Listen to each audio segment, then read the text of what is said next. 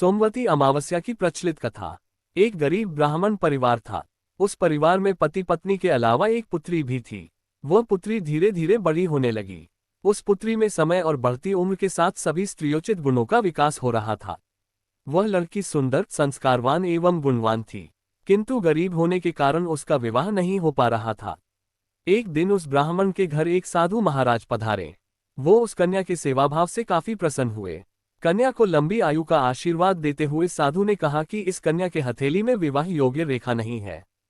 तब ब्राह्मण दंपति ने साधु से उपाय पूछा कि कन्या ऐसा क्या करे कि उसके हाथ में विवाह योग बन जाए। साधु ने कुछ देर विचार करने के बाद अपनी अंतर्दृष्टि से ध्यान करके बताया कि कुछ दूरी पर एक गांव में सोना नाम की धोबिन जाति की एक महिला अपने बेटे और बहू के साथ रहती है, जो बहुत ही आचार विचार और संस्कार संपन्न तथा पतिपरायण है। यदि यह कन्या उसकी सेवा करे और वह महिला इसकी शादी में अपने मांग का सिंदूर लगा दे, उसके बाद इस कन्या का विवाह हो तो इस कन्या का वैधव्य योग मिल सकता है। साधु ने यह भी बताया कि वह महिला कहीं आती जाती नहीं है।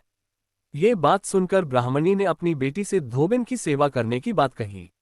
अगले दिन कन्या प्रातःकाल ही उठकर सोना धोबिन के घर जाकर साफ सफाई और अन्य सारे करके अपने घर वापस आ जाती।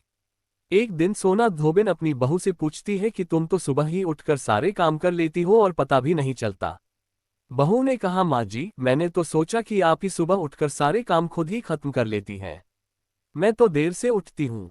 इस पर दोनों सास बहू निगरानी करने लगी कि कौन है जो सुबह ही घर का सारा काम करके चला जाता है। कई दिनों के बाद धोबिन ने देखा कि एक कन्या मुंह अंधेरे घर में आती है और सारे काम करने के बाद चली जाती है। जब वह जाने लगी तो सोना धोबिन उसके पैरों पर गिर पड़ी, पूछने लगी कि आप कौन है और इस तरह छुपकर मेरे घर की चाकरी क्यों करती है। तब कन्या ने साधु दोबारा कही गई सारी बात बताई। सोना धोबिन पति परायण थी, उसमें तेज था। वह तैयार हो गई। सोना धोबिन के पति थोड़ा अस्वस्थ थे। उसने अपनी बहू से अपने लौट आने तक घर पर ही रहने को कहा। सोना धोबिन ने जैसे ही अपने मांग का सिंदूर उस कन्या की मांग में लगाया, उसका पति मर गया। उसे इस बात का पता चल गया।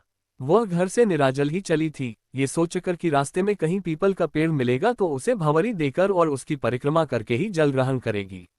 उस दिन सोमवती अमावस्या थी।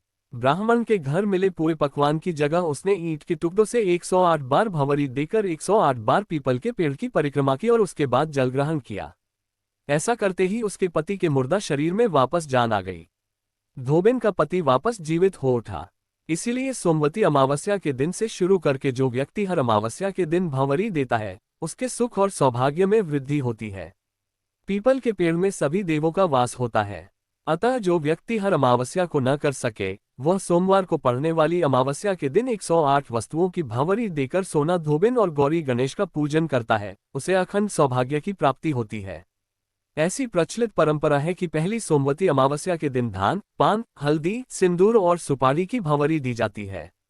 उसके बाद की सोमवती अमावस्या को अपने सामर्थ्य के हिसाब से फल, मिठाई, सुहाग सामग्री, खाने की सामग्री इत्यादि की भंवरी दी जाती है और फिर भंवरी पर चाया गया सामान किसी सुपात्र ब्राह्मण, ननंद या भांजे को दिया जा सकता है।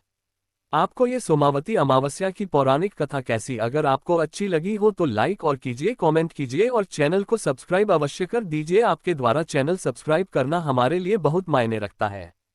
जय श्री राम, जय सोमावती मैया।